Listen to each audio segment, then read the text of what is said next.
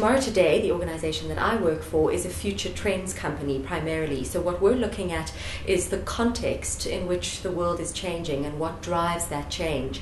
And that's what I primarily bring to people by way of a message. And what I have found over the years is that everybody needs a way to cope with that change. So I often talk about the fact that the world is in chaos and change, that's not in dispute, and that people respond either in crisis or with complacency. And what I would love to share with you is how we can respond with competency and calm. And for me, the best way that I can think of to do that is to build one's own self-esteem. So I've had the privilege of working with many women in building their self-esteem for the last couple of years. And the message that I bring to them is that we need to see ourselves as women of value and worth. And that seems like an easy concept, but it's actually very, very difficult to live with that feeling of value and worth. And there are two things primarily that you have to do in order to engage with that concept on an almost on an emotional level. And the first is that you have to give yourself permission to believe that you deserve. And the second is you have to recognize what competencies you need to live with a feeling of value and worth. I think that we are surrounded by systems that don't support or build our self-esteem. So our systems could be anything from our family system, our organizational system, government systems, environmental systems, economic systems.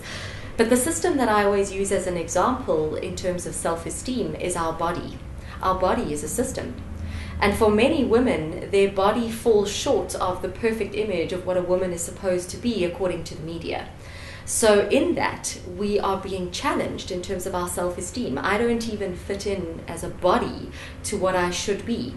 But if we can build our self-esteem, if we can truly see ourselves inside as a person of value and worth, then we can support the idea that we are of value as opposed to fall short because the system that we live in isn't perfect. So how do we give ourselves permission to feel like we deserve to feel worthy? Well, there's a series of things that we need to do, and it isn't easy, and nor is it a quick fix.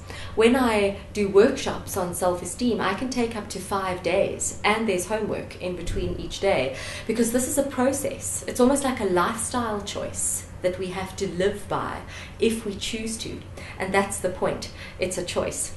But some of the things that we can look at to build our self-esteem are things like learning how to speak assertively. I think, again, the systems that we live in teach us to be aggressive. And I always use the example of a sandpit. You've got two children in a sandpit. One has a bucket and the other wants the bucket. And of course, then there's a little bit of a tussle, and whoever is the bigger aggressor gets the bucket. And then, of course, whoever the primary caregiver is, either your mother or father or caregiver, comes over and says, neither of you can play nicely, so I must have the bucket. Neither of you can have the bucket. And so we learn that if we are aggressive, we can get by in life. And that's not really assertive communication. It's not necessarily serving us or the people that we work with. So assertive communication is part of the behavior around living with self-esteem. But there's work to do before we can get there. There are 3 key things that I talk about. The one is investigating who we are. There are so many roles that we play and expectations that people have of us in those roles. We almost lose a sense of who we truly are. So to begin a process of self-observation, to understand who am I, is one of the things that you can do in order to build your self-esteem. And then one of the other things that you can do is think about what your values are, and understanding those values, and then how do we actually behave according to those values without getting lost again in the expectations that people have of us. And then the other thing that I help people learn to do is to observe our feelings. I think the systems that we live in don't necessarily give us permission to explore our feelings. We're allowed to feel anger, perhaps fear, a little bit of depression, but there's a myriad of feelings that we live with and exist with. So I try to help people gain a vocabulary so that they're acutely aware of what it is they're feeling. Because without understanding how I feel, without understanding what my value system is, and without really knowing who I am, I can't really give myself permission to feel that I deserve, and nor can I ask for what I need, which is assertive communication.